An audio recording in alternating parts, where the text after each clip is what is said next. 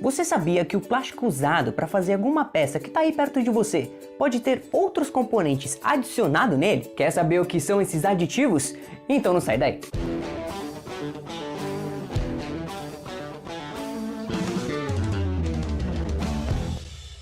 Fala pessoal, eu sou Elias Augusto, especialista em polímeros, e no vídeo de hoje vamos falar sobre o que são os aditivos para plásticos, para que eles servem e quais são os 4 principais tipos que existem. Mas antes de tudo, eu tenho que dizer que se você ainda não é inscrito no canal, clica no botãozinho aqui embaixo e ative o sininho, porque assim o YouTube te avisa sempre que a gente lançar algum vídeo novo. O plástico pode ser obtido por meio de diversas fontes, mas nem sempre ele vem do fabricante ou do fornecedor com as características ideais para uma aplicação específica. E é aí que os aditivos entram. O termo aditivos se refere a uma variedade de substâncias químicas que são literalmente adicionadas a um polímero, geralmente em pequenas quantidades, a fim, claro, de provocar alguma mudança, seja na sua síntese, no seu processamento, em alguma propriedade ou até na sua aparência. Ou seja, essas substâncias têm a finalidade de alterar, seja para melhor ou para pior, alguma característica daquele plástico. Mas por que isso acontece? Isso acontece porque o desenvolvimento de um polímero 100% novo é um treco bem caro. No fim das contas, o uso de aditivos é uma forma de adequar um polímero que já existe no mercado, ajustando suas propriedades para cumprir uma função específica, e sem que isso custe um absurdo de dinheiro. E olha que legal, você pode ter vários motivos para aditivar um polímero, que pode ser desde a redução de custos, facilitar seu processamento ou até deixar o material muito mais resistente ao impacto do que ele seria naturalmente. Você sabia que, por exemplo, essa fita, essa pasta, esse cano, essa mangueira e uma bolsa de sangue são feitas do mesmo material? Pois é, todas essas peças são feitas de policloreto de vinila, que todo mundo conhece como PVC. O que muda entre elas é justamente quais aditivos foram colocados nesse material. Em uma formulação se obtém um material duro e rígido, e na outra o mesmo material pode ser mole e flexível. Legal, né? Então vamos para a classificação.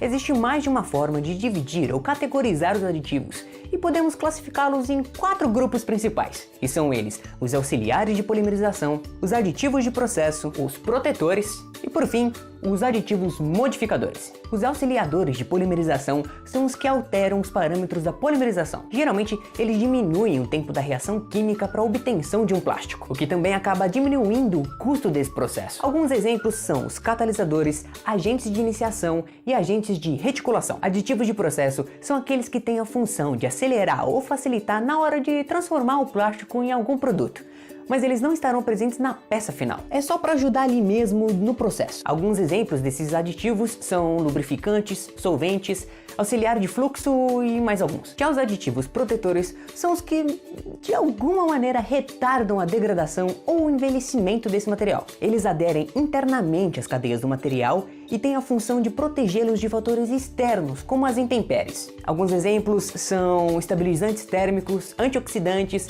e absorvedores de raios UV. E por último, temos os aditivos modificadores, que são os que tentam mudar alguma propriedade final do plástico, como atribuir uma cor, deixar mais resistente ao impacto ou até mesmo evitar que ele pegue fogo. Nesse grupo, dá para citar exemplos como plastificantes, colorantes, agentes de expansão, modificador de impacto, anti-chama, anti-estático e mais um monte. Mas para você entender bem melhor o que são e para que servem os aditivos, eu chamei um amigo que pode ajudar. Oui. Aditivar os plásticos pode ser comparado mais ou menos como fazer um bolo de fubá. Calma, que esse exemplo faz sentido e eu vou explicar para você. Veja a tabela comigo.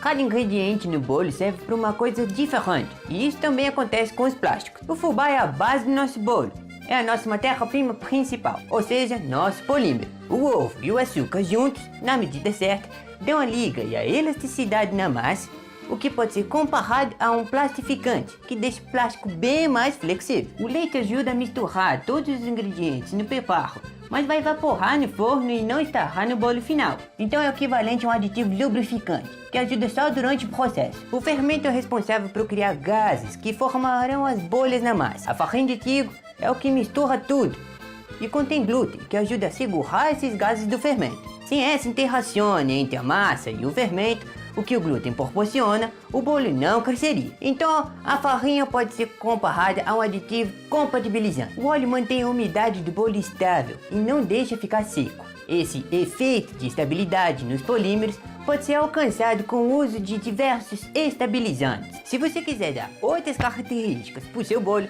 você pode adicionar erva doce, queijo, goiabada, enfim, isso depende do gosto que vai querer no final. E voilá, tá feito!